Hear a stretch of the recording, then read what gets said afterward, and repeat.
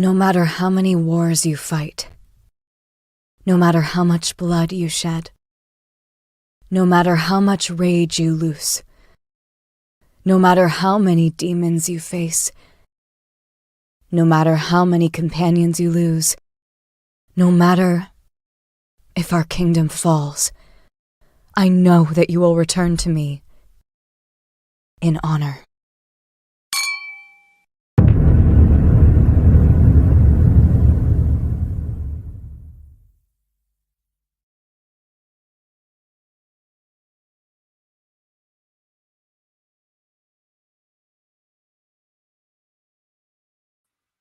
All right, how's everybody doing tonight? Someone give me a shout out in the comments.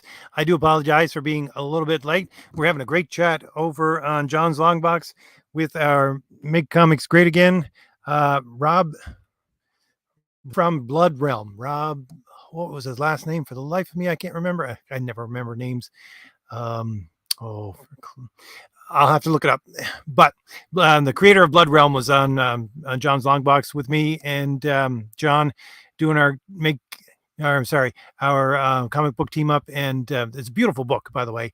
You should go over to Alterna and take a look at it if you don't know anything about the book at all. It's based on, as he described, mythological elements as well as biblical elements, and in a fantasy world. So very interesting stuff. So welcome everybody to Make Comics Fun Again. I wanted to talk about, again, something fun tonight, because I've been getting a little bit too serious with my Make Comics Fun Again. I want something fun. So I'm going to talk about beautiful women. But here's the thing. I've been doing this on Twitter, like on X, whatever you call it. But I've been posting. Well, I haven't posted much over the last couple of weeks just because I took a week off around the 4th of July. And it's hard to get back into actually posting on Twitter. But I like to post Make Comic Women Beautiful Again. And link for my Twitter is in the description, by the way, along with the 2 links for my campaigns for my graphic novels that you can order if anybody here is new. But I talk about beautiful women, and I just post, a pic, usually an older pic of beautiful women. And I wanted to talk about that topic tonight, and I want to get everybody's take on what they think of as not only the key element of beautiful women within comic books, but what do you consider, who do you consider the most beautiful character? And you can pick any comic you want. What I usually do, again, for anybody who is new here tonight, I usually talk for about 15 or 20 minutes about my topic. I don't know if I'll get that far into it tonight. And then I start to go through the chat and see if anybody has any questions for me about anything at all, the topic tonight, any of my other videos about my graphic novels, anything at all. If I just ask you put a question mark or tag me in your comments so that I know that it is a question for me. But yeah, so the reason why I post things on Twitter is really to engage with my audience. And one of the things that really engages people is beautiful women. It is. And it's not just guys either. It's weird. Because women like to see beautiful women. I mean, I don't know if it's the point that women see a beautiful woman and say, I can be that beautiful, or women can be that beautiful. Therefore, it inspires some beauty within them. But for guys, honestly, it's not even something like, I don't know how to put this exactly without being a little bit crass, but it's not about sexuality. In as much as I see these comics, especially these comics on Kickstarter, there's some of them on Indiegogo, but for indie comics, and all they're doing is selling sex, and that's not a comic book. That's a skin magazine. It's just a drawn one, and you want that kind of audience.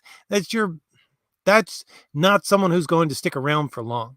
I always think of it the fact that, okay, if you're selling it to some person who is looking for a skin magazine, then what are they doing there? Well, they're there because they want instant gratification. If they want instant gratification, then they're not going to stick around. And let alone, sometimes, why would they even buy your book? I mean, if they can get it online for free anyhow, somehow. So to me, that's not building an audience. To me, you might make some money, and these guys typically make a lot of money, but it's not building an audience, and it's not making comics a more livable place for, well, for fans. There might be a place for that in your collection, might be a place for that in your life. I don't know. But I don't think that it's something that we can build upon with comics. But for comics, as far as I'm concerned, and this is why modern comics don't interest me, the thing is about ideals. And that's why I'm always talking about the heroic ideal, about the virtues, and how a virtuous hero has been something that is stuck with, at the very least, Western civilization for 3,000 years now. And I go back to the ideal of hero all the time.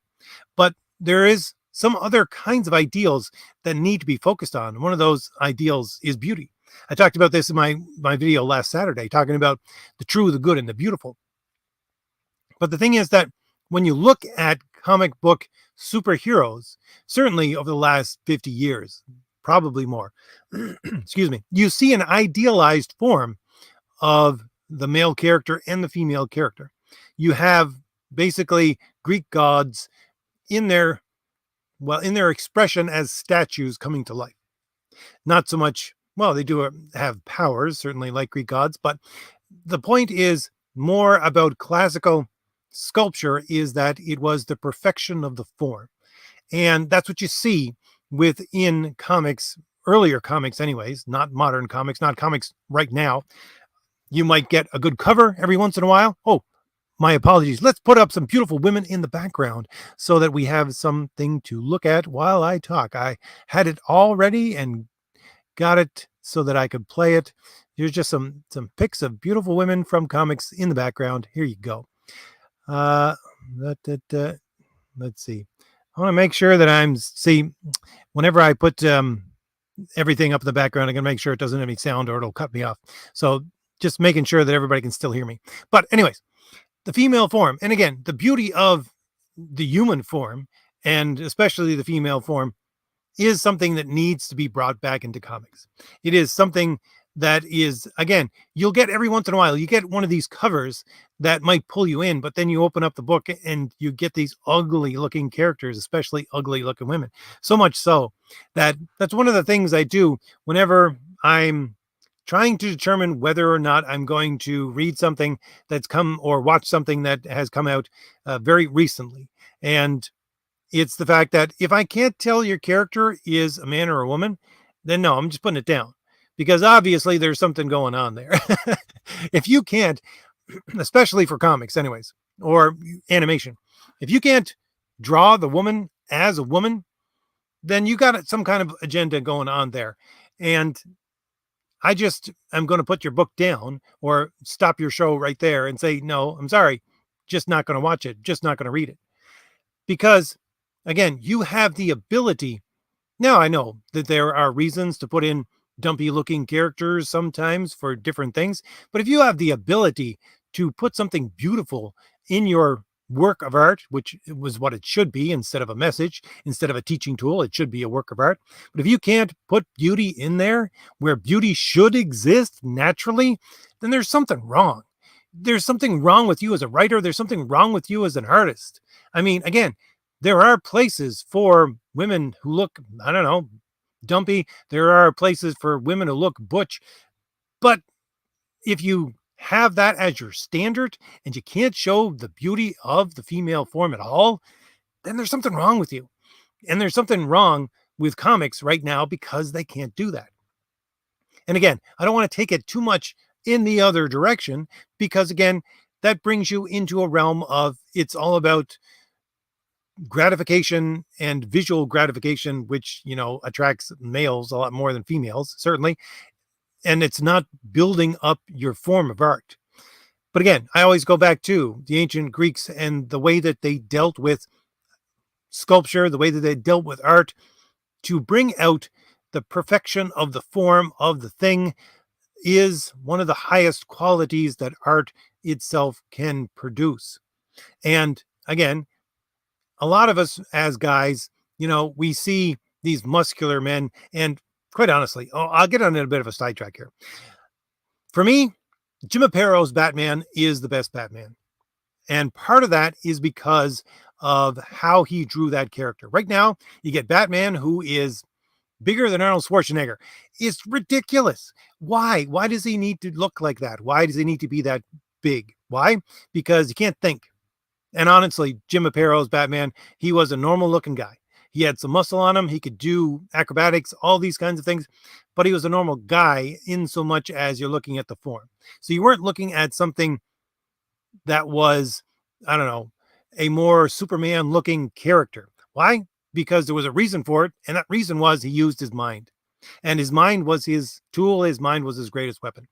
And again, even if you go back to, let's say, 50s and look at Superman as Superman, again, the idea, we wouldn't see it as the ideal form. Maybe in the 50s they saw it as an ideal form, but he was much more sturdy, much more a guy in the street who is well developed and, let's say, a laborer. That's what he looked like.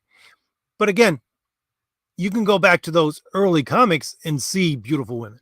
You can see that ideal of beauty coming out in women much more than you can for men. And perhaps there's an ulterior motive for it. Perhaps there is something else there so that you can sell your product. But at the same time, you're also producing something that is concentrated on that beautiful form of a woman. And that beautiful form, that word needs to actually be stressed, the form of the thing. And again, always go back to Aristotle and his talk about what is the thing that draws the eye. And we're looking at something that draws the eye, certainly with sequential art, with comics. For the well, for any form, but certainly for the female form, but for any form, it is proportionality. And again, I think perhaps, and again, this is just me spitballing, just me talking about it off the top of my head, perhaps it's because of the form of the thing, which is the female form. And we have a much more detailed orientation towards that as a visual people. I guess I would call modern people visual people. We're so much invested in the visual. And when I say modern, I don't just mean currently. I mean, for the last 100 years.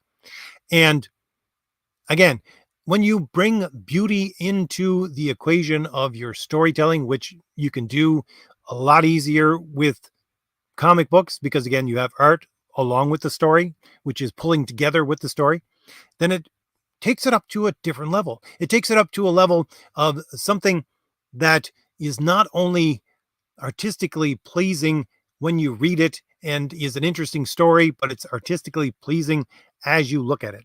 And again, I'm looking at some of these, excuse me, older comics that I have in the background, these older comic strips. Again, you see, these are from the 50s at least, if I remember correctly, and you still got beautiful women, and they still look.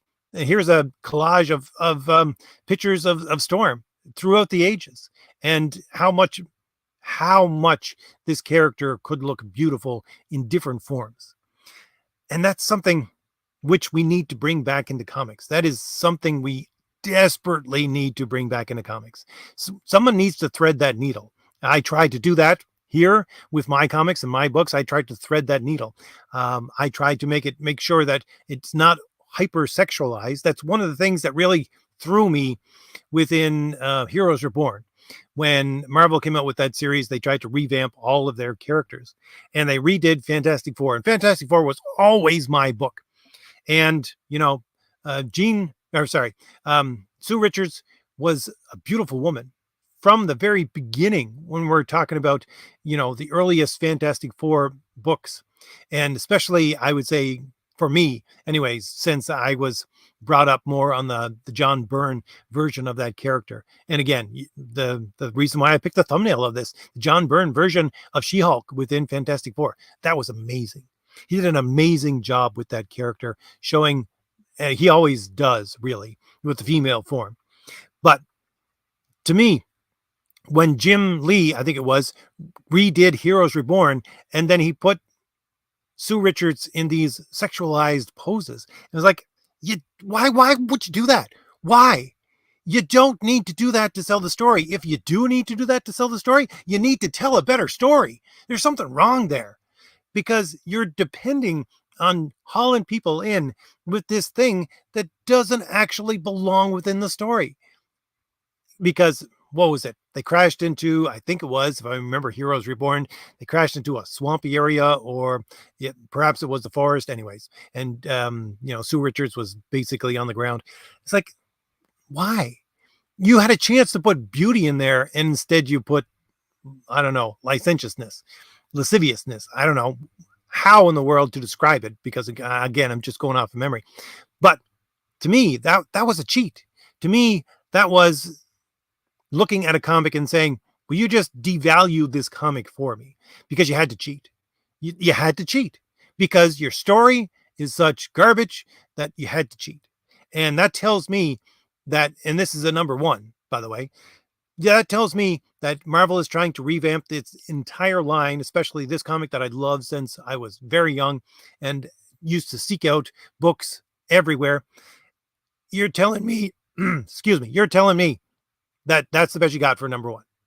And if that's the best you got for number one, what the heck is the rest going to look like? And again, it was all tied up in the pose of this character, the pose of this woman who is supposed to be a beautiful woman. And yes, she was beautiful as drawn by Jim Lee, but his concentration was not on her beauty. The concentration was not on the form of the thing. His concentration was on the use of that thing. And I guess that's really the distinguishing mark, if you ask me, between showing beautiful women and using beautiful women in order to, again, cheat your way out of people's money. And again, they might love being cheated out of their money in that way, but that's not going to advance your comic book story. That's not going to advance comic books as a medium. That's not going to be art, in my opinion. Anyways, I've talked for more than 15 minutes, and I thought I would not get 15 minutes out of this. Let's see what everybody has to say in the chat. Give me 1 second here. I got my apologies. A little bit of technical difficulties here. I find my reading glasses to make sure that I don't read. Well, I am certainly going to read some of your comments wrong because I just do it too fast. And oh, by the way, in the middle of a, let's say, small heat wave. It's not a large heat wave. Heat wave usually should be over 103 degrees. If you ask me, hasn't gotten to 103 today, but I'm in the top floor of my 2-floor building, which is where I usually do all of my recording from. It's got some very good acoustics in here, but man, is it hot. Just to let you know, I'm a little bit distracted today. All right, let's see who's here. Michael is here. How you doing, Michael? I will put those beautiful women back up in the background in a minute or two. Let's just see who's here. Michael is here. How you doing? Vaz is here. Pedro is here. Warren the Archangel is here. Great to see everybody. Who else we got? George is here. How you doing, Tony? And we have Sound Engraver as well. A lot of you guys, I think, have followed us over from Comic Book Team Up over in John's Longbox. Let's see. Sound Engraver says, just came in from John's Longbox stream. Great discussion on art. Yes. He was the creator of Blood Realm, by the way. He's an art history professor. So, yeah, I'm hoping to get him back on Comic Book Team Up again so we can talk more about a lot of the things that we just got to touch on today. Let's see. Scrolling down.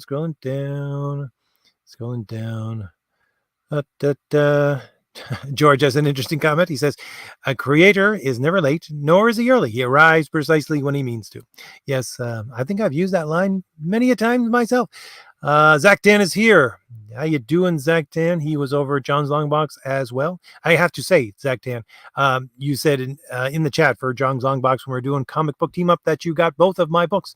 And I appreciate that shout out very much. I appreciate the fact that you get these books. And that's one of the things I know that when I actually do the shipping myself, it's one of the things that makes it a little bit, I don't know, longer for you to get your book, but I get to see who is actually buying my books and who I get to talk to is actually, willing to put down their money for one of my graphic novels. Link for my graphic novels in the description, as I said earlier, for anybody who doesn't know about them. But yeah, I see your name, Zach Dan, and I appreciate every time I come across somebody who I can recognize within the orders that I get for my books. So thank you. Let's see. Scrolling down a little bit, let's see. Let's put those beautiful women back up in the background, and it takes me a minute because, um, as I normally say, I have Amish levels of technical skill. Let's see here. Uh, let's see. I have to scroll up because I lost my place. All right, here we were. Sound engraver says beautiful women are important. Yeah, it's an important part, especially the visual medium. It's a really important part. Scrolling down. George says, rest in peace, Michael Turner. He drew the best women. All right. Let's see. Orbital Bacon is here. How you doing? Scrolling down. Jason, how you doing? Jason says, X-Men had the highest concentration of beautiful women in comics. Agreed. I mean, one of the things I find fascinating is artists who can draw in a extremely unique way, but at the same time hit all the necessities of form. And I think for X-Men, for X-Men, that would be Silvestri. And he was able to draw art in I don't know what you'd call it, a sketchy kind of way. But at the same time, he hit everything necessary for the form of the thing. And that would include beautiful women. So, that's my singing of the praise of Silvestri. Scrolling down. Sound Engraver says, does She-Ra count? Old school She-Ra, that is. Yes, I guess so. I don't know. I don't really know a whole lot about She-Ra. I don't even know if there was a comic book of She-Ra while I was reading comics. Anyways, I know of the character, but I don't know a whole lot of the character. Sound Engraver. Scrolling down. Let's see. Zach Dan says, I care about the face the most. I care about the face the most for most characters. That's an interesting way to put it, Zach Dan. Because, okay, here's a little bit of comic lore that I might have gone over before. So I love Conan, obviously. I put down Crom the Destroyer, which is a Conan-inspired book. Again, link for it in the description. But one of the reasons why I think Conan lasted so long in Marvel Comics was because of John Buscema. And the thing was that he could draw spectacularly beautiful women. And I read, and I post this every once in a while on Twitter. I read an interview that he did saying that he never thought that he could draw beautiful women. And he thought he was really bad at it. I don't think anyone here would say that he was bad at it. But he does give the pattern that he used to actually create those beautiful women, or at the very least begin to create those beautiful women, because I do believe he started in romance comics. But the thing was, he said, quite honestly, I don't know if there are any artists out there in the chat, but what he talked about was draw the face first, but how he couldn't draw the face of a beautiful woman. So he started with draw a child's face first, and he found that easy.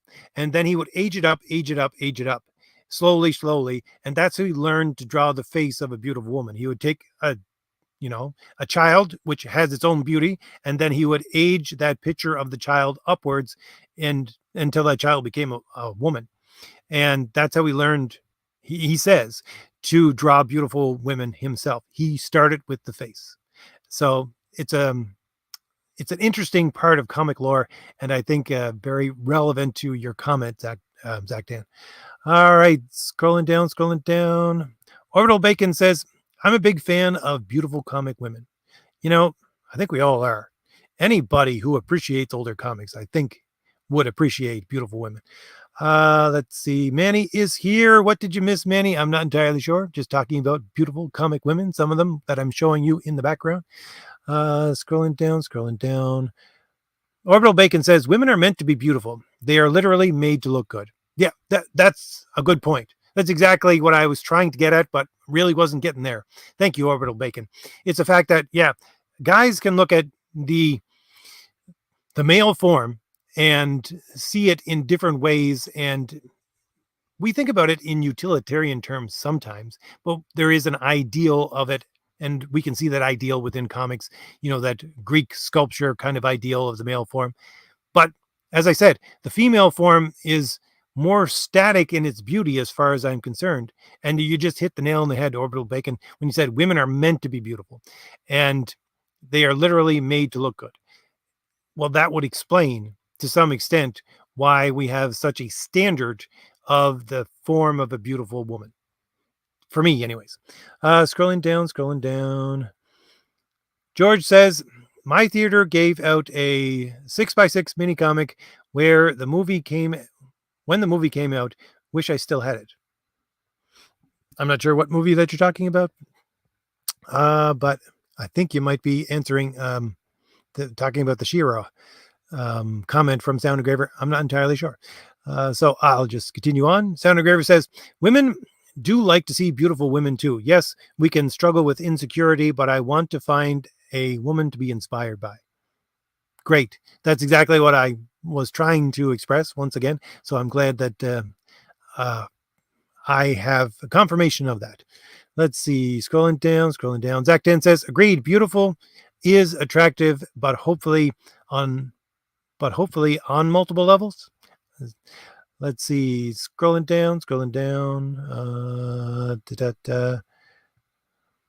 George says, that's why I don't understand Faith from Valiant Comics. Yeah, I never understood Faith either. I don't know. I came out, or let me see. I was around when Valiant Comics first came out, and I bought all the Valiant Comics because I desperately wanted Valiant Comics to succeed and actually produce good comics. I wanted to see these older heroes in a form that did them justice, but it didn't. And to me, I think Faith, for those of you who don't know, Faith is a character from Valiant Comics. She's, we'll say, obese to say the least. Not quite to the morbid level, but obese, but she can fly. And besides that, has some kind of anti-gravity powers as far as I remember. But honestly, I think the character was created simply to thumb its nose at the rest of comics at that time. That's about it. And the character just stuck around. Scrolling down, scrolling down. Because I don't think, honestly, it played that much. Again, she was a part of Harbinger, if I remember correctly. I don't think that that part of the character actually played a whole lot into the storyline. A little bit, but not a whole lot. So to me, it was just thumbing its nose at beautiful female characters. George also says, if you spent all day running and fighting, you are doing massive cardio, which would make you thin.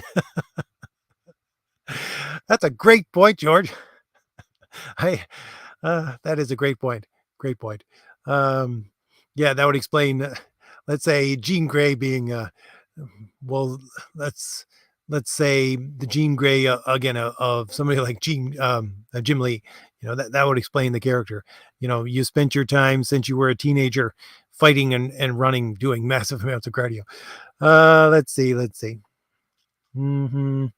Zach 10 says, guys like strong action guys in comics, which is kind of a parallel. Yes, I would agree. Again, that's one of the things. There's a very interesting Conan story from Marvel, where I don't know what issue it is, probably like 175, 180 around there, if I remember correctly. But anyways, Conan comes across this character, and the character is huge, basically a giant, but he has these huge muscles as well.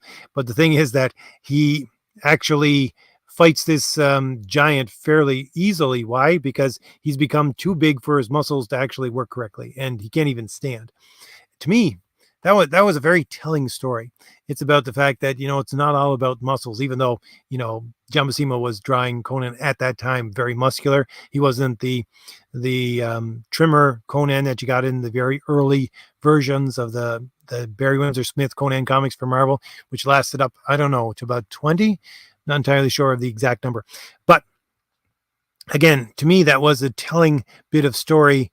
I know that, you know, John Buscema was not doing the story at that time. It was Roy Thomas who all the way through was doing the story. But again, to me, that was a very telling story, and very much it's more than just bound up muscles.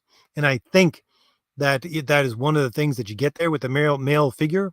Conan is, you know, looks like a bodybuilder. Arnold Schwarzenegger was a good choice to actually pick to play this character in the 80s. So you had that, but at the same time, there was much more strength to these characters. That muscular form would be, in my opinion, anyways, should be, and again, this goes back to the heroic ideal, should be simply the reflection of the discipline necessary for that strength within. That's the way that I see these characters, and the male form in that kind of way. Let's see. Scrolling down, George says, "Sure, in the beginning you would be fat, but after oh yeah, going back to the cardio. Sure, in the beginning you would be fat, but after a year of being a superhero, wouldn't you lose massive weight?" I would think so. Let's see. Scrolling down. Orbital Bacon says, "Yeah, male characters, even still today, are ideal forms of the male body." Well, at least we got something, right? Let's see. Orbital Bacon loves the fact, I think, that I put Witchblade up in the background. Let's put Witchblade up once more. Where do we have Witchblade? Right there. There we go. I got to go back to my comments now and see if I can go back to where in the world I was in the chat, because it jumps every time I go to a different screen. Let's see. Scrolling up. I apologize for the inconvenience of how I deal with technology. I'm sure there's an easier way to do this. Scrolling down, see if we can get to, there we go. Orbital Bacon, and Michael says, the first one is Witchblade. Yes, it is. Although I don't know where that Witchblade is from. I think it is one of the alternate covers of one of the books. Scrolling down. Orbital Bacon also says, shouts out Zealot from Wildcats as well. Yes. And Voodoo. Yep, you're one step ahead of me, Orbital Bacon.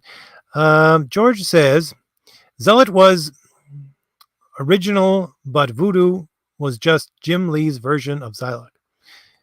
Yeah, I would agree with that. Although I don't know how. To me, Zealot actually, I don't know. There was a character that was brought into continuity comics. I can't remember the character off the top of my head. But even though she was in continuity comics, and Image, I think, started before continuity, but the character was brought in because she was a character that was in different publications and different companies before that. To me, Zealot was a bit of a copy of that character. I don't remember the character off the top of my head, unfortunately. Let's see, scrolling down. Who else we got here? Robert is here. How you doing? Let's see, scrolling down. Calliope says, I got the live stream this time. I've been working late a lot of nights and missed the last two. Well, glad to see you back, Calliope.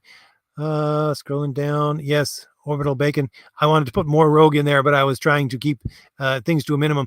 Here on StreamYard, you can only upload a video that's 10 minutes long. You can't do anything longer, so I tried to put in as much as possible with variations of beautiful women. Scrolling down. Tony says, the 90s was all practically cheesecake art. I don't fully understand the definition of what cheesecake art is, but I, from what I know, would tend to agree. Let's see, scrolling down. Michael says, when it came to Spider-Man, I always liked Black Cat more than Mary Jane, but I never liked Black Cat's alter ego, Felicia Hardy. Well, again, that was the thing about Spider-Man. Again, we're talking about beautiful women. Mary Jane, well, first of all, you had, I have to say this right at the beginning.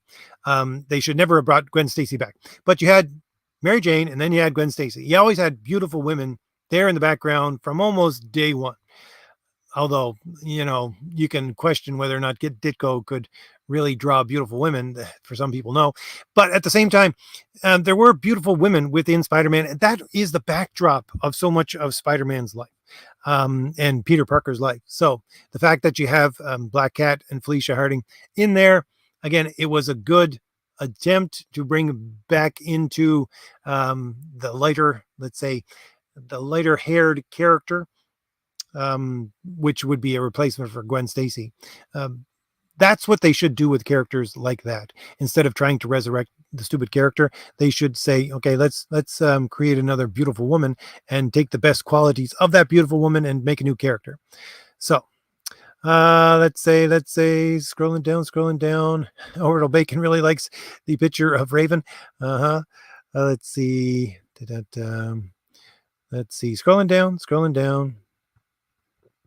Michael says, I liked Wonder Woman and Zatanna more than Catwoman and Poison Ivy. I would agree. Again, I love really beautiful artists. I love artists that can really capture reality. So I love George Perez and I love John Byrne. Those are, the top artists in my time as growing up. But both of those creators worked on Wonder Woman. And even though Wonder Woman, excuse me, was not typically a book that I would buy, I bought Wonder Woman when it was done by George Perez, and I bought Wonder Woman when it was done by John Byrne, because again, they could draw spectacularly beautiful women. And the thing is that, although you might say that, let's say George Perez only drew one kind of beautiful woman, even though they had different faces, and different colors and things like that. But at the same time, I would say those are characters that, especially George Perez, could draw beautiful women without over sexualizing them at the same time, which was great. Scrolling down. Zatanna, it was never a character that I particularly ever gravitated towards, although I did find it fun every time she showed up and had to read everything backwards. I think Zatanna, in my mind, the best run of any kind of book that had Zatanna in it was the late 80s Justice League. I think she was in that as well. The one that actually ended Justice League of America and then it became Justice League America. Maybe I'm misremembering, but she was in it at that time. Either before or after. She was part of the Justice League for quite a while, I think, with various uniforms, by the way. Scrolling down.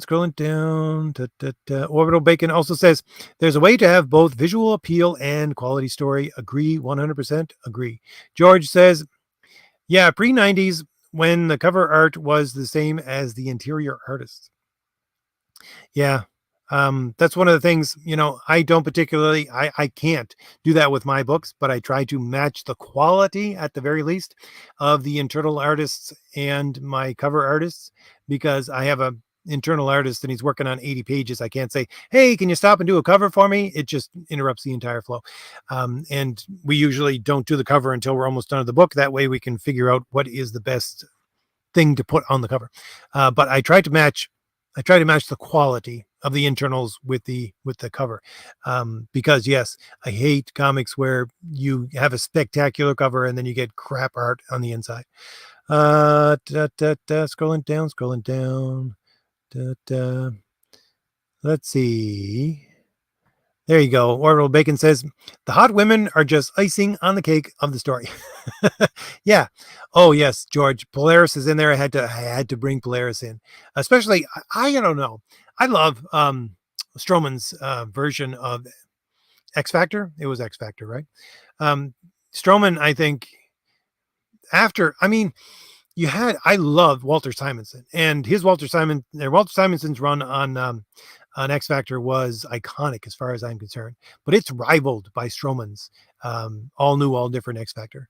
And one of the things that I love about that comic is the way Stroman draws women, quite honestly. And his Polaris is stunningly beautiful. And by the way, if you look at my character, Farrell, it's inspired by a collection of different characters, but Stroman's version of Wolfsbane would be one of them. Because yeah, Stroman could draw very beautiful women. Again, Polaris being one of them. Scrolling down. Calliope says, I always wished I looked like Jessica Drew Spider-Woman. The hottest comic book character, in my opinion, is Dick Grayson. Yeah, I think most people would, I think a lot of people would agree with you on that, Calliope. Dick Grayson, especially, I think it was Nightwing #1, quite honestly, where he said, everyone always expected me to be Batman, but I don't want to be Batman because that's just too depressing. Now, I'm just paraphrasing here, but he had a much more lighter attitude, and they had to make sure that that light attitude was reflected in the way that they portrayed him artistically as well. So I think that's part of why people love Dick Grayson and why people think of Dick Grayson as, the perfect male form, because it's not all that. Let me put it this way. It's not all in the art for Dick Grayson. It's also in his attitude. I don't know. Perhaps I'm just completely wrong about this, but I would say for females, um, the icing on the cake would be the beautiful form as well. And you have a character that is upbeat and fun to be with, and then he's beautiful. Yeah, that's the icing on the cake. Scrolling down, da-da-da, scrolling down. George says, let's not forget, RJ, Batman had the Infinity Belt that always had the right gadgets in it. Actually, well, quite honestly, I wouldn't call it an Infinity Belt, but at the same time, because I remember reading very old Batman comics, and especially the first Who's Who, I think had an addition in it where they either did just technology or it was part of the Batman Who's Who itself, but it showed exactly what was in his utility belt. And I think, now I might be wrong on this, but I think there was a version of Batman during that time where there was only a certain amount of things in his utility belt. And as a writer, you couldn't just pull magic out of the utility belt and say he had the exact thing. But anyway, I could be wrong on that. But I do remember those Who's Who and them doing that with the utility belt. Scrolling down. Zach Dan says Wonder Woman is classic. Yes, indeed. Scrolling down. Oh, what? Let me put those. Oh, darn it. I put the up in the background once again because people seem to be enjoying the 10-minute slideshow, even though it is very difficult for me to find out where I just came from. Scrolling up. Scrolling up. See if we can get to where I was. Oh, people talking about Lois Lane. Nope, I wasn't there. There we go. George says Artemis. Yes. I love the fact that I have a character called Artemis that has absolutely nothing to do with this Artemis and doesn't look anything like this Artemis. I don't know why, but it's just fun for me. Let's see. George says, I believe that is Storm and Dazzler. Yes, there is Storm and Dazzler in this slideshow as well. And again, I don't know who does the Dazzler one. I think the one of the last pictures here is Dazzler done by Walter Simonson. But the Storm and Dazzler cover, which yes, there is a cover here with specifically Storm and Dazzler. I think that's Art Adams. And again, Art Adams has some strange body proportions at times, but again, he does the female form very, very well. I have, I think, several Art Adams in here. Scrolling down. Orbital Bacon, I agree. Storm was so hot back in the 80s and 90s. One of the things I have to say, okay, just off of Orbital Bacon's comment, I have to say this. I have to say it. I think Dazzler was one of the hottest characters back in the 80s and 90s. And what they've done with that character over the last, 5 years has been disgusting. It's just, okay. I remembering this character. Yes, I know that Marvel's continuity supposedly works in a truncated way wherein their years are not equal to our years. But here you have this character who back in the late 80s, early 90s, no, I guess it was late 80s. It wasn't even early 90s. Just took off with Longshot into the Mojo realm, and then she showed up later and she was pregnant, and then she had children. And okay, all of that has come before, all of that has happened, and then Marvel decides to take the character and turn her back into a teeny bopper and she's, going back to her original look from the 60s and wearing roller skates. That's just stupid, besides disgusting. It's like, you do realize this is a middle-aged woman, right? At best, a middle-aged woman who has children and a husband in a different dimension. And this is what you're doing with the character. I don't care how hot you make the character in current day comics, because they're trying to get some good artists, usually South American artists, um, to draw the character. And they did, I'll say a good job um, portraying the female form, but that's disgusting. I don't know. I just can't get over that. I really can't. Trying to bring that back. It's like trying to take a cougar and shove her into teenage clothes. Th- There's just something wrong about that. Anyways, that's my tangent here. Let's see. Scrolling down. George says, I never did like Storm's the Mohawk phase, but hey, that was the 80s. Yeah, indeed, that was the 80s. I loved it when the fact that Storm's Mohawk phase ended in the fact that she got back her bushy hair, but it only came from a mohawk for a little while. That's what it was, right? She continued to have the mohawk, but it was so long that it looked like her original hair. But if she actually, went through, let's say, really heavy winds, you could see that it was just a giant mohawk. It was weird. And it was the 80s. Yes. Let's see. Scrolling down. Orbital Bacon also says, I'm trying to as well, but my comic is still in its early stages. Well, I am glad to see that other people are producing comics. Great to see. Let's see. George says, yes, I have a picture of the real Valkyrie here as well. Michael brings up a good point. Here's Lois Lane again. I've come to this comment that I saw out of the corner of my eye. Lois Lane from the 90s Superman cartoon was wonderful. I always liked Lois Lane as a character. Even though she has varying and very different iterations of that character. And again, I go back to the John Byrne version of Lois Lane in my head when I think about Lois Lane as a beautiful woman. Scrolling down. Sound Engraver says, what makes a beautiful woman is the body, yes, but also the face. Less lines is better. She must look old enough to be a mature adult, but she must have some youth about her. I think that, I don't know exactly where the discussion came from, but there was a video done by Diversity in Comics probably about 3 years ago talking about that exact thing, because he was going over modern art for some book, and he was talking about how older artists knew that exact thing, that the more lines you put on a female face, the older it looks. It's just the way it goes. Let's see. Scrolling down. Samuel is here. I should say hello to Samuel. How you doing? But George says Jim Lee was not as bad when Sue was possessed by malice, and Sue wore that stripper outfit costume. Yeah. There were some interesting takes on Sue Storm during the early 90s, I guess it was. Sue Storm's.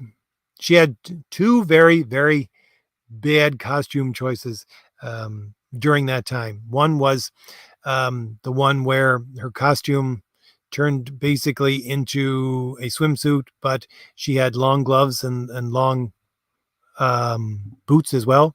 That one, that didn't work. And at the same time, there was the other one where she had, black, I guess it was black leather when she was possessed. Yeah, that didn't work either. I think they were trying to take the character and do the same thing with it that they were doing with Madeline Pryor over on the X-Men books. It just doesn't work. Let's see. Scrolling down. All right. Movie World Comics is here, says RJ. What comic book artist would you say is the best at drawing the female figure? That is a difficult thing to say. Very difficult. But I will give you my first impression, because I would have to analyze so many artists to try to figure that out in my mind. But I'll give you my first impression on that, and we're looking at it right now. It's Art Adams. Quite honestly, why do I say that? Because when I wanted to draw the female form, because I did draw when I was a kid, right? We'll call it drawing. All I really did was I would sit there with a comic book in front of me and I would recreate the character on a separate piece of paper. And I found that what I was drawn to when I wanted to draw female characters was Art Adams. And I don't know. I don't know what it is about his characters. I really don't. Because he does take the characters and put them into an almost hyper extended form, which again does work for comic books because the form for comic books is extended to begin with. But why it appeals to me so much, I could not say, above all the others. Scrolling down. Yes, Orbital Bacon, I completely agree. Comics are a visual medium and should be visually appealing as a rule.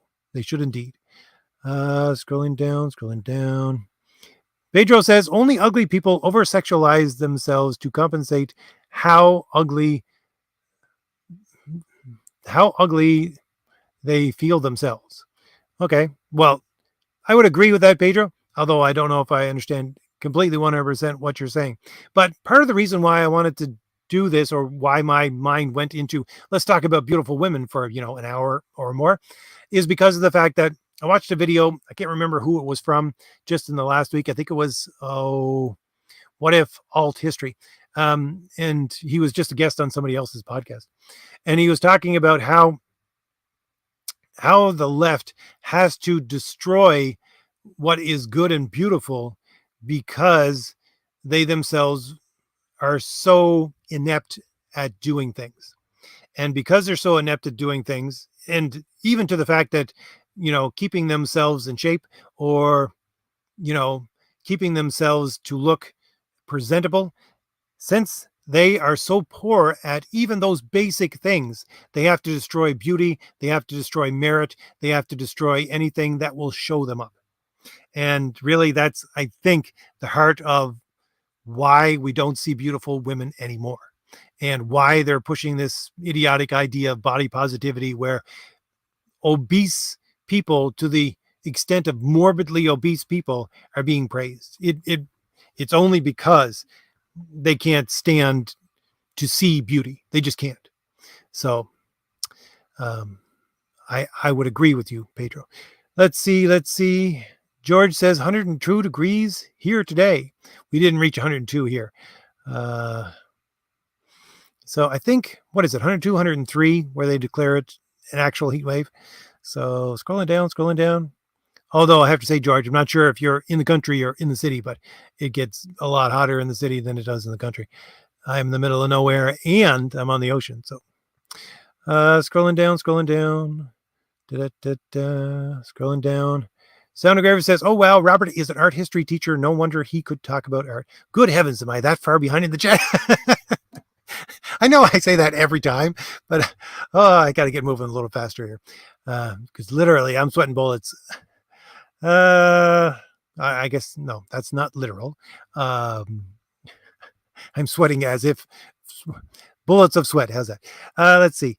George says, let's put George up here. George says, most interior artists today draw their women looking like men. Captain Marvel is a good example. Yeah.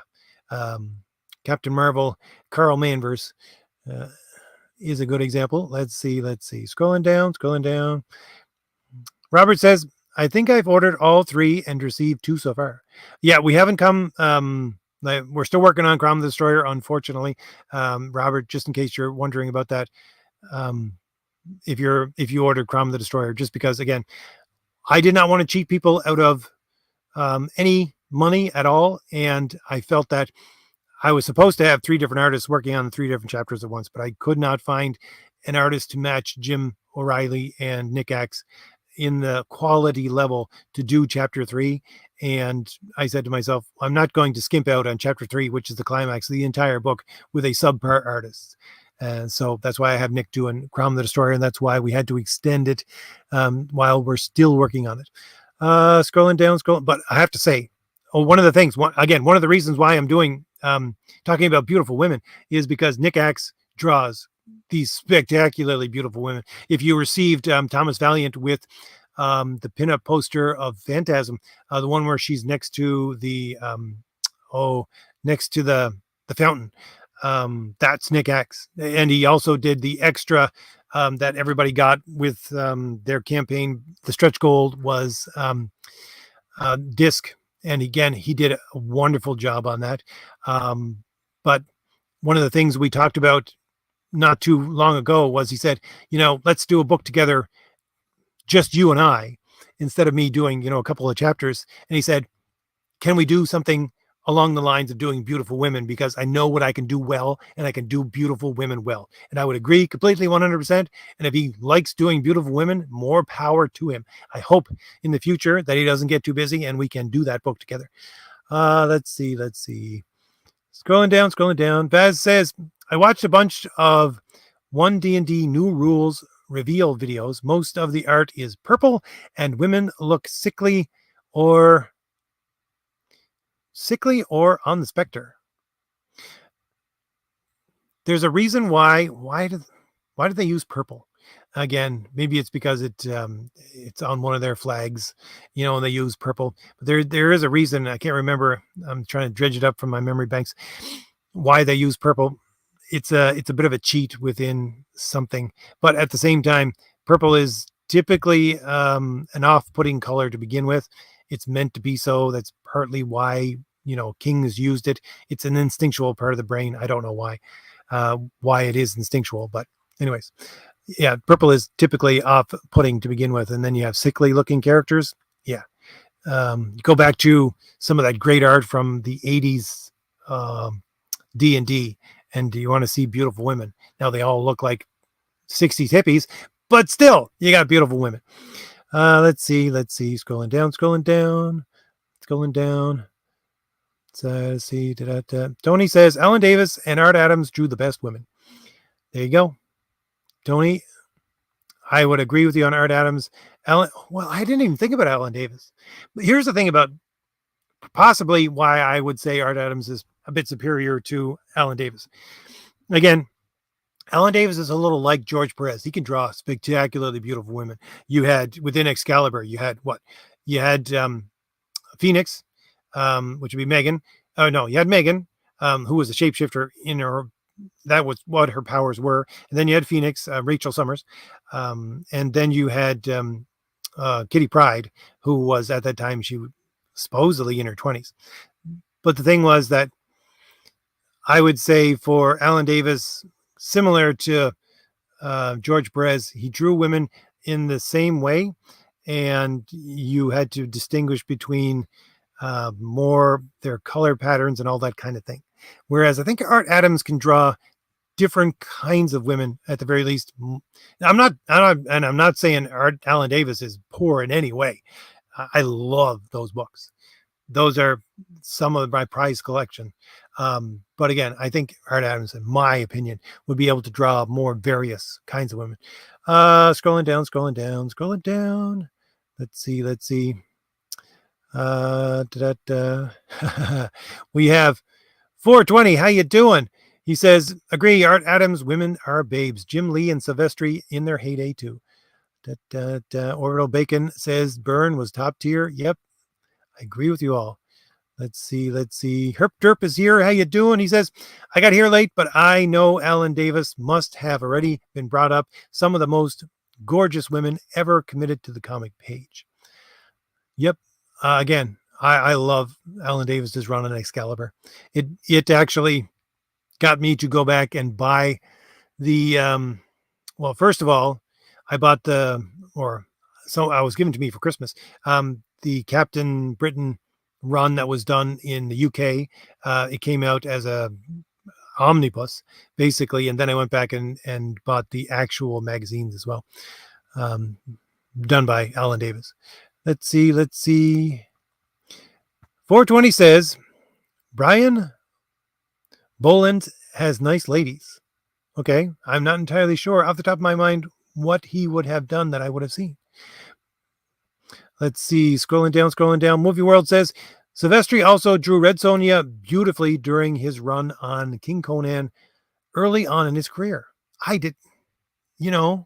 completely forgot about King Conan. Yeah, there were so many different artists in King Conan. Again, one of the reasons why I have Mike Gustovich doing the inking for Crom the Destroyer is because he actually penciled King Conan. Here's a man who penciled King Conan for a few issues at the very least. So yeah, there was a lot of artists working on King Conan. Let's see. Yeah, haven't even heard of this, Robert. I hope the upcoming Red Sonja movie doesn't suck. I didn't even know there was an upcoming Red Sonja movie. Scrolling down, scrolling down. I'll see if I can get through some more of this chat. I've been talking for at least an hour here.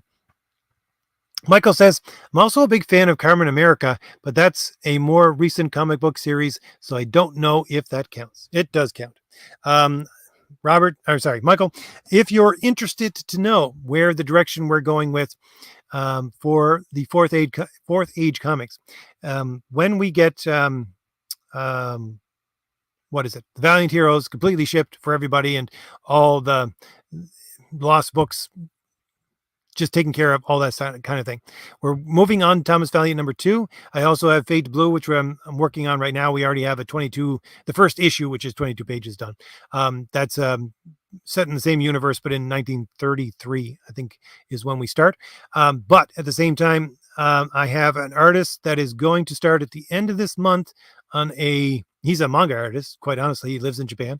And he's going to do a book in manga style with the character that is introduced in the Valiant Heroes, which is Artemis and Cardinal also. So he's going to work with those characters, and we're going to do, I think it's an 88-page book, which will be available both as a graphic novel and as a basically in a manga size. But at the same time, he is also doing, actually has done, just shipped it to me 2 days ago, a poster for the Valiant Heroes #2, which is Feral. And I haven't shown that yet, but very much of the Carmen America style. So if you like that kind of thing, Michael, you will be very tickled pink of what we have coming up in the future, I think. So what I usually try to do, by the way, is I try to do one Thomas Valiant book and then something else. And I will move back and forth from something else to Thomas Valiant, because Thomas Valiant, I think, is the main book that I'm going to concentrate on. But I like to do other things. And if one of them catches and people love that as much, then we'll go in that direction a little more. Let's see. Herp Derp says, Wendy Peeny. Hopefully I'm saying that wrong. Sorry. I know I'm saying that wrong. Hopefully I'm saying it right, but I doubt I am. Gave us some stunningly beautiful elf girls as well. I'm still blown away by her ability. Was she the original artist for ElfQuest? I can't remember at the time. I think that's who you're talking about. Funny thing is that, again, I should not go off in these tangents, but when I talked to Don Chin about doing Crom the Destroyer originally. John Chin is a great guy. He did indie comics as far back as the 80s. He got me in touch with some of the artists, not Wendy, but some of the later artists for ElfQuest to see if they wanted to do the Crom the Destroyer book with me. And we would have went with that in that direction. But he was also just too busy to actually do that large of a book. Scrolling down. Let's see. Robert says, I become monosyllabic when in the presence of a beautiful woman. You're not the only one, Robert. Scrolling down. Sound Engraver says, standard of the woman's body is also important, as you say, because if a woman is too fat and if a man is too fat, then they each lose their specific features and we lose the distinction. Yeah, that's why, as I said, when I see characters and I can't tell whether they're male or female, I know something's up, and I usually just drop whatever it is I'm reading or watching. Calliope says, classic Dazzler before she got the suburban housewife haircut was a beautiful woman. She was still beautiful with the haircut, but the feathered hair suited her. I actually like the short hair on Dazzler. I really like a lot of those characters and their design in those 80s versions of X-Men done by Silvestri, and some of the covers done by Simonson and things like that. I really think that, to me, those were iconic costumes, even though they weren't traditional superhero costumes. And Dazzler certainly wasn't. It was just almost completely blue, except for a couple of streaks here and there. And then she had a headband that she would use as well sometimes with the short hair. I think that worked really well. Scrolling down. Da-da. Zach Dan says, that's a good point. Fat looks similar on everybody. Let's see. Scrolling down, Vaz says, Elmore and Lockwood were good, and now it is most probably to annoy their male audience. Okay. Let's see. I'm not entirely sure where you're going with that, Zach Dan, or Vaz. Scrolling down, Orbital Bacon says, Voodoo had a bit more going than just telepathy, though. Ooh, I got to get through some of these comments because I am way behind. Samuel says, funny, I was designing a female character last week while on vacation. I used references from some of my favorite classic artists as warm-up and inspiration: Katharine Hepburn, Fay Wray, Ingrid Bergman. Very, very good, because that's exactly what I get Renzo to do with my characters. If you look at Phantasm, who is one of the key characters within Thomas Valiant books and the Valiant Heroes as well. She's patterned after Myrna Loy, who is from the Thin Man movies. I basically forwarded him some pictures of her and said, this is what I want you to draw. And one of the characters, who is it? If you receive the Valiant Heroes or just got the Kit Fox part of Valiant Heroes, there's another character in there, Cassie, and she's based on who the heck is it? What's her name from Rear Window? I can't think. Names always fly out of the top of my head. I'm sure someone will correct me in the comments. But yeah, that is, you want to look for beautiful women to use as a template for beautiful comic women. Go back to 30s and 40s starlets. Let's see. Scrolling down. Jason is here and says, John Byrne drew fantastically beautiful women. She-Hulk and Aurora are two of his best. I forgot about Aurora. Yes, within Alpha Flight. Now I'm going to put those back up in the background. Let's see. And then I got to go back to my comments here and find out where I went to. But yeah, I forgot about Aurora. He did spectacular characters in that first run for Alpha Flight. Yes, Alpha Flight. Okay, scrolling down. Let's see. Jason also says, Jim Lee's X-Men calendar was the ultimate cheesecake art, and I loved it. Well, they had what did they have?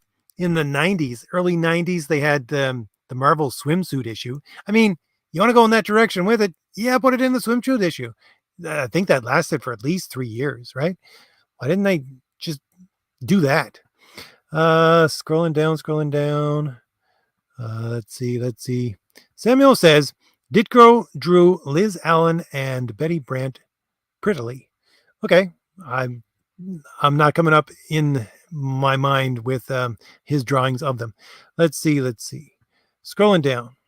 Duncan is here, and Duncan says, RJ, would you say a new heroic age for comics in real life requires an apocalypse first? I've been thinking of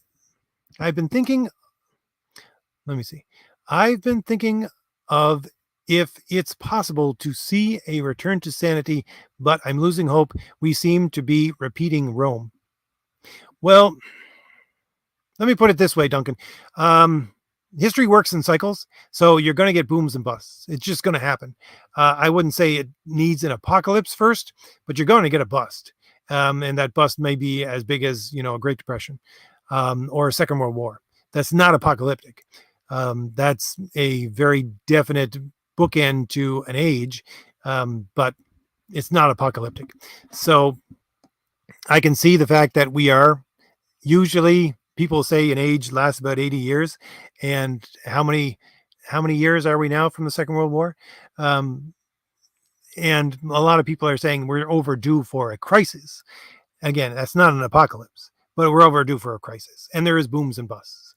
And that's just the way human history works. But at the same time, I can see a return to sanity after a bust comes. And it doesn't need to be apocalyptic.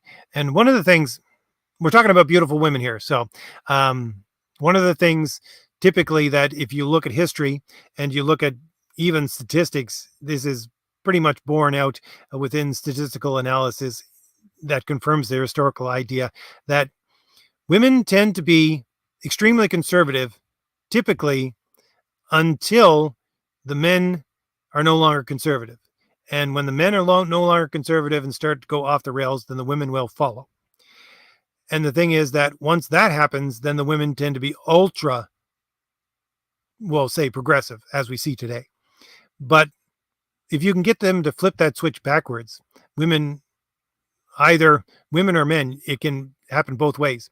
Men can return to some sanity and hopefully bring women along with them, or women can flip the switch and bring back sanity and then drag the men along one way or the other. You go back to like the Middle Ages, you talk about the cult of Mithra, which, almost destroyed a lot of European history. It was women that brought men back to sanity at that time. So, it works in both ways. And again, booms and busts, not apocalypse. Let's see. Jay is here, and Jay says, "Hey, RJ, been a fan for a while, but this is my first time during a live stream. Personally, I don't think any adaptation of Mary Jane Watson has gotten her right in terms of physical attributes." Again, depends on the Mary Jane Watson that you're thinking of, because we could go back to a lot of people would go back in their mind, I think, to Todd McFarlane's Mary Jane Watson. What was she? The modeled version of Mary Jane Watson. Personally, again, I think it was John Buscema that would typically go back to, in my mind, perhaps it was John Buscema, perhaps it was John Romita. I can't remember. But yeah, there's a lot of different versions of Mary Jane Watson Parker. I would call her Mary Jane Watson Parker because to me, that's the character. And she should never have stopped being Mary Jane Watson Parker. But yeah, I don't think that you can physically recreate that character in some of the ways that, let's say, either Todd McFarlane drew her, or let's say, who else? What's the name of the fella who does just basically covers and does a lot of beautiful covers with Mary Jane? I can't remember. But again, trying to physically recreate that character, or even to take it into animation, to do it justice, I don't think that's going to be completely possible. Let's put it that way. And that's part of the beauty of comics, if you ask me, Jay, is because you can take a still and you can do amazing things with this still, and you can bring out the beauty in it that can't be brought out in different ways, as far as I'm concerned, but still add movement with the way that your panels are structured and all that kind of thing, which I'm always talking about. So yeah, I wouldn't hold your breath for a lifelike recreation or even an animation recreation of Mary Jane, as beautiful as you have seen her in the comics. Let's see. Da-da-da-da. Scrolling down, George says, yeah, the only Wonder Woman comic I got was Byrne Perez and Dia. I always trip up when I try to say his name. Diodato. Scrolling down. Scrolling down. Let's see. A lot of cross chat in the chat, so I'm gonna move down fairly quickly. Let's see. Gordon says, how you doing, Gordon? Everyone's Wonder Woman except Perez and Garcia Lopez look too hard for me. That's an interesting way to put it, George, because I wouldn't completely disagree. One of the things that I think, I hadn't thought about it in those terms, but Gordon, I think you hit the nail on the head, and it answered a question for me that I was thinking in my head for so long and couldn't answer, was what is it about George Perez's Wonder Woman that I find much more appealing than any other form of Wonder Woman? And it was her femininity, quite honestly. He was able to draw her in a feminine way, and everyone else draws her in a hard way. That could be completely that can be a complete answer to my question. Let's see. Scrolling down. Duncan says, if I were to start getting into Wonder Woman, where should I start? Is there a canon year one for her? Start with George Perez. Yes, it starts at number one. I don't remember the year, possibly 88, 87, could be earlier. But I would start with George Perez's number one of Wonder Woman. And I'm sure they're collected in omnibuses somewhere, if that's what you're into. Let's see. Orbital Bacon says, yeah, Wonder Woman is way too beefy these days. Yeah, I agree.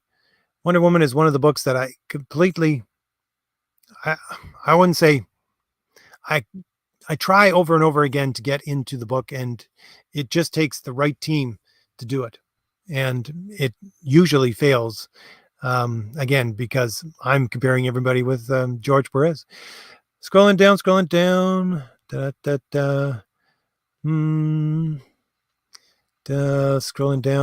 Jay says, Duncan Harrell, primary.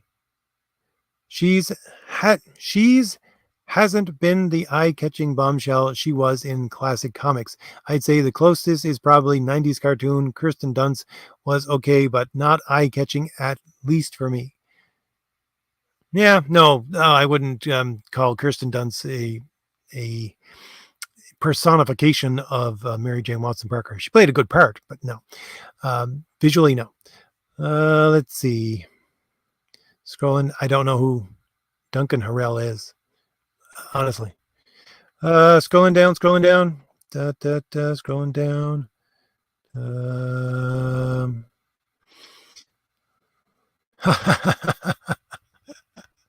Zach Dan says, never leave home without your bad shark repellent. You want to know the funny thing, Zach Dan? When the first Tim Burton Batman movie came out, they started to show older Batman movies we used to have movie theaters that would show old movies and nothing but old movies. And they started to show old Batman movies. And one of them was that I went to go see that Batman movie where he was using the bat shark repellent, as I think he was hanging from a helicopter and the shark was holding on to his cape with its teeth. So he had to spray the shark repellent on it. Yes. Ridiculous. We'll say characters, to say the least, but at the very least, again, I do find some value in camp. Let's see. Scrolling down. Scrolling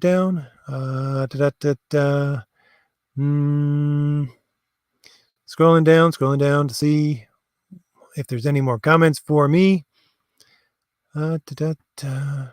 Jay says, Storm was not a bombshell. She was a hurricane that killed bombshells. All right. Let's see. Scrolling down. Well, she was portrayed as a goddess within the comics, and people did worship her. I think part of that was because of her beauty. Let's see. Scrolling down. Scrolling down. Samuel says, I first read the 80s Dazzler's book. I first read the 80s Dazzler books last year. Yeah, I thought she was dazzling, but I surprisingly found her relatable. I normally find relatability in characters an overrated thing people focus on. To me, the 80s version of Dazzler, I don't know, those books had never really called to me. I own most of them, if not all of them, but it was just the writing, really, quite honestly. There was something off about the writing, if you ask me. I can't put my finger on it right now, quite honestly. I'd have to reread them to figure that out. Let's see. Gordon says, my favorite Storm artists are Mark Silvestri and David Yarden. I would agree with the Mark Silvestri. Let's see. Scrolling down. Duncan says, hey, RJ, what type of hairstyle do you prefer for your comic girls? I prefer long hair, but She-Hulk has me getting into girls with bushy hair. Let's put it this way. There's an interesting video that I ran across not too long ago, basically saying that, well, it's, I think, arbitrary categories, but they categorize faces, especially female faces, into, I think it was like 5 different categories, and it depends on a lot of things like how close or far apart your eyes are, how long the nose is, all these kinds of things, how sharp your chin is, things like that. Depending on the face of the character, the face needs to be bracketed, the face needs to be bookended, the face needs to be covered in some ways sometimes by the correct hairstyle. And that's one of the things that I suppose we could learn from estheticians as artists and comic producers, that yeah, these people know what they're doing, and when they give you a certain hairstyle and say it matches your face, yeah, you should reverse engineer that and say, if I'm going to either use this face, I need a certain hairstyle, or if I'm going to use this hairstyle, I need a certain face, because they go together. So I wouldn't say I prefer one or the other. I just say there is appropriate hairstyles for different kinds of faces, and I like different kinds of faces on my characters. Scrolling down, because again, me thinking about what the character I use for Phantasm, which is Myrna Loy. She has a curly hairstyle, but a not long curly hairstyle in most of the movies that she's in, or at the very least, she has it up most of the time, which is very interesting, and I think fits that kind of character with a classic feel. Those kinds of things. Let's see. Tony says, Bleat and Red Sonja, drawn by John Buscema, were beyond gorgeous. Agreed. Let's see. George also is commenting, I wonder why they got rid of Dazzler. She was in the original pilot when Wolverine had the Aussie voice. I don't know why they got rid of Dazzler at all from the comic books. Yes, I understood the whole Longshot has to go and free the Mojo verse, and because they're all slaves there basically. But I think that he was supposed to go and come back, and so Dazzler was gone with him and supposed to come back. That's what I always felt was supposed to happen, and the writers just kind of forgot about both of those characters. Spectacular characters. I mean, if you were around when Longshot first came out, that miniseries, it was a maxi series actually, I think. What Art Adams did it. Yeah, that was huge when it came out. And how in the world they would take such a huge character, so huge that they put him in X-Men, honestly, but to take that character and then just forget about him, that was one of the biggest mistakes with X-Men, I think, that ever came out of the 90s. Let's see, scrolling down, and Dazzler along with him as well. Duncan has a good comment here. Duncan says, sex is temporary, beauty and truth are forever. I love that comment. Thank you very much, Duncan. Orbital Bacon also says, common sense isn't so common anymore. Yeah, indeed. Let's see. Duncan also says, got to 90s at my place, 100 if you factor in humidity. Oh, it got to the 90s. Okay. Yeah. I don't know. Humidity isn't something that's typically a problem where I am, again, since we're on the ocean. Let's see. Sound Engraver says, oh, Sue, $2 super chat. Thank you very much, Sound Engraver. Making ugly, bad art is easy. Beauty takes work. Yeah. Again, there is such a thing as I can see characters. No, not characters. I can see artists drawing characters that are beautiful, but not consistent. And that's one of the things that I think adds to the beauty, is the consistency of those characters. Thank you very much once again, Sound Engraver, for the super chat. And I always give a shout out to Sound Engraver, or try to anyways, that she has a great channel. You want to go over and listen to Sound Engraver. She does a lot of the same things that I do, talks about art, but more in a musical vein. Let's see. Scrolling down. Scrolling down. Let's see. What else we got here? Oh, Samuel has a question. Clint Eastwood is the one who sweats bullets. Okay. Scrolling down. Scrolling down. Sound Engraver says, I want Phantasm's body. Call me vain. Sound Engraver. I had Mike or Nick Axe do the poster for Phantasm, and he did, I think it was probably at least 9 to 12 versions of that poster before he actually gave it to me. I mean, sketches anyways. And so he gave me a great glimpse into what Phantasms should look like, her form should look like. Let's see. So let's see. Not sure if this comment is for me, but I think it might be, so I'll read it. If it's tougher than I thought it would be when I knew she had to be a protagonist of my comic. I'm trying to make it new. I'm trying to make I knew it could be anyone else. Hope's all well, RJ. Looking forward to Crom. Very good. Sorry, Charlie. I'm uh, not following what you have to say. Punctuation is something I desperately need when I try to read. Let's see. Scrolling down. Duncan says, what's your struggle with in regard to balancing? Too much fighter, too dainty, perhaps? I don't know if this comment is for me, but I would say, I don't know. I always like the fact. Let's put it this way. We're talking Red Sonja here. Here's the thing about Red Sonja as a character that most people don't get. That original character, if you go back to, I think it's Robert E. Howard, that character fights with the sword for a very specific reason. She was blessed by a goddess, I think it was Mithra, so that no man could ever defeat her in sword fighting. And so she can be dainty at the same time as being a spectacular sword fighter and still be a better sword fighter than males, twice her size. So if there is a story reason, and there is a story reason for Red Sonja to do this, if there's a story reason for dainty, go ahead and use it.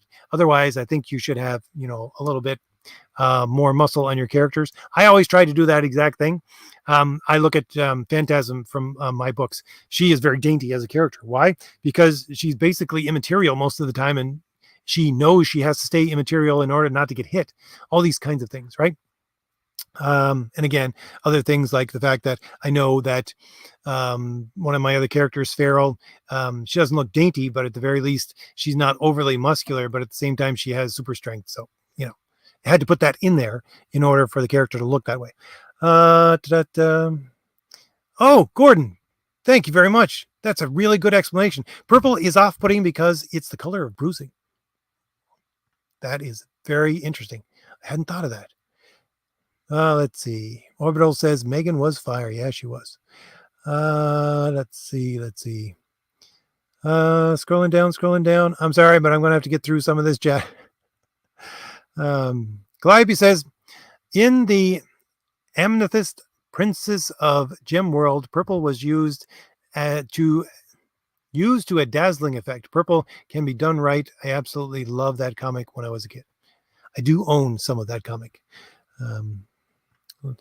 So yeah, I think all colors can be used in a actual purposeful way that is not always off-putting. Let's see. Scrolling down. George says, yes, she was the original ElfQuest artist. Thank you very much, George, for confirming that. Let's see. Zach Dan says, Feral is cute. Phantasm is elegant. I like Cardinal's introduction. I like Disc's power and costume. Funny thing, I'll just tell you right now, Zach Dan, because, sometimes I say to myself, I can't say that because I haven't put it in a book yet, but no, doesn't matter. Not that many people watch my live streams, so it's not going to ruin anything for anybody. But if you're a fan of the character of Disc and her powers, I sort of patterned Disc a little bit off of the original, not say the original, the Sylvester version of Psylocke within the X-Men, in the fact that she doesn't have powers, and she knows she doesn't have powers that are going to save her in a fight where you have these, super powered individuals. So there's a reason why she wears the long coat and the hood, and that's because it's lined with chainmail. She has to, quite honestly. I didn't get to put that in either of the books yet, but it was part of the character design. And that's why she wears, part of the reason why the characters for Thomas Valiant look the way that they do is that they were supposed to be a stealth team. So let's say they had to suddenly blend in with the crowd, then, Pulse, all he has to do is take off his mask. Phantasm, she can change the color of her dress and just make it as if it was a normal looking dress instead of being a white costume. Feral can just shapeshift back into it. And Disc, of course, has the basically trench coat on and she can blend in. Anyways, Thomas Valiant can control his molecular structure on the outside to make it look like clothes. But that's one of the fun things that one of the fun things about my characters and about Disc itself, herself as a character. Let's see. Scrolling down. Scrolling down. Calliope says, I almost forgot Marionette from the Micronauts. If we are listing beautiful women, she should get a mention. Yes, especially with that flowing blonde hair, if I remember correctly. The only thing that I always found off-putting about that character was the rainbow, I don't know what you'd call it, the rainbow effect on her costume. It just didn't, I don't know. The colors did not match in my mind as being colors that should be together in that way. It just didn't, although she was a beautiful looking character. Let's see. Duncan has a question. Says, sorry if I'm asking a lot of questions and not providing much suggestions / help. No, that's fine. Just want to know what you're working with. Oh, sorry. I don't know if that question is for me, Duncan, or not. Perhaps you're asking somebody else. Because who I'm working with, I can tell you who I'm working with. I'll tell you what I'm working with. So I think that question is probably for someone else. Scrolling down. Oh, where was I? My stream just, sorry, my live chat just jumped for a second. Let's see. Yes, thank you very much, Samuel. Grace Kelly from Rear Window. That is the pattern for Cassandra, who is one of the operatives of Kit Fox within the Valiant Heroes. Let's see. Scrolling down. Scrolling down.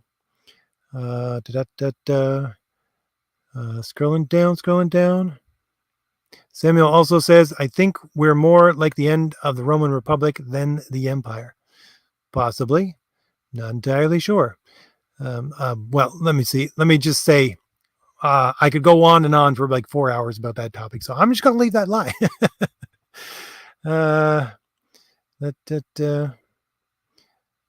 Scrolling down. Let's see if anybody has any more comments or questions for me. Samuel says, I saw the 2 great Spider-Man cartoons that had great Mary Jane design.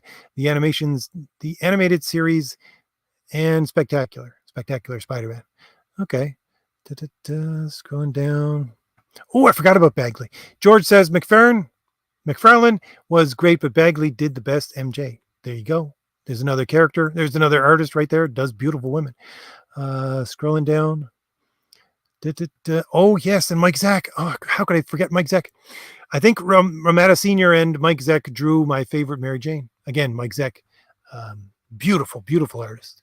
J. Scott Campbell, that's what I was thinking of. Thank you again, George. Yeah, J. Scott Campbell is the other artist I was thinking about. Spectacular Mary Jane pictures. Let's see. Scrolling down. Herp Derp says Eric Larson also did a super hot Mary Jane for those few hyper insane Spider-Man issues that he wrote during the early 90s. Scrolling down. Let's see if any of these are for me. Herb Derp also says, Love and Rockets has that design style that's difficult for me to describe, and that it's technically exact, but visually anemic. I never liked Love and Rockets. Sorry for people who love Love and Rockets, but I was around when it was on the news, not the newsstand, but the comic book stand. It really didn't stand out as something I wanted to buy. Jay is taken off. All right, Jay. Thank you for coming. Let's see. Scrolling down. And he's been replaced by Lowell. How you doing, Lowell? Late to the party. Hey, everyone. How you doing? Can we get an MJ by J. Scott Campbell, Adam Hughes, or Frank Cho anymore? Don't know about that. Perhaps you probably get a J. Scott Campbell. He'll do a cover. That's about it. Let's see. Gordon says She-Hulk looks bland, off model, and lazily drawn with flat, bone straight hair. Again, yes, that's exactly what I was trying to talk about, Gordon. Again, some characters with straight hair just don't work. Calliope says, I read the Long Shot series. It was so good. Yes, I agree. It was spectacular. Scrolling down, and I thought I was getting to the bottom of the chat, but it just jumped on me, and yeah, I still got a ways to go. Let's see. I'm going for an hour and a half. Pedro says, my favorite was Power Girl, but I guess my tastes are way too droll to be interesting. Dole. I don't know if it's dole or droll. I don't know. Yeah, no, I love Power Girl. Who is it? Oh, I think there's a great Power Girl done. Let me think. It was Justice League Europe. Great, beautiful pictures of Power Girl in that. Let's see. Scrolling down, Zach Dan says, I love the cross pollination of channels on this side of the YouTube space. Let's see, scrolling down. Scrolling down, see if there's any more for me. Oh, George says, in D&D, they explain why she doesn't wear armor because she is a ranger, she-devil, subtype class where they wear armor. You lose your bonus dodge bonus. Okay. Scrolling down. Oops, went too far that time. I was going to read the Gordon Good Brother, and where is it going? Gordon says, purple means different things in your clothes, backgrounds of pictures, or under the real life skin. It's overused as effects now as a political message. It's not color theory at work. Yeah, that's not what they're doing with current colors. It's not color theory at work. I agree. Let's see. Scrolling down. Calliope says, Marionette was dressed like that by the tyrant who conquered her people. As the princess, he dressed her like that as a propagandist humiliation ritual. She wore that costume to show that she wins. Okay, that I did not know. Vaz also says, Legion of Superheroes had a lot of nice ladies. Levitt's era had nice art for them, like Steve Lithy. Yeah, there was different versions. Quite honestly, I love Keith Giffen as well. I know a lot of people don't think that he can draw beautiful women, but I think he can. But yeah, there were a lot of good Legion of Superheroes artists in different eras. Let's see, scrolling down. Now I gotta scroll back up. Let's see, scrolling down. Robert is taking off. Nice to have you here, Robert. And I'm going to be taking off soon too, I think, as well. Calliope says, now that I think of Marionette's story is aligned and relevant to the progressives are doing to all the characters, especially the women. That could be. Scrolling down. There we go. I think I've gotten to the end. George says, Justice League Europe was done by Adam Hughes and later by Ron Rendell. When it was good. Yeah, I think it was Adam that I was thinking of for Justice League Europe with the beautiful Power Girl.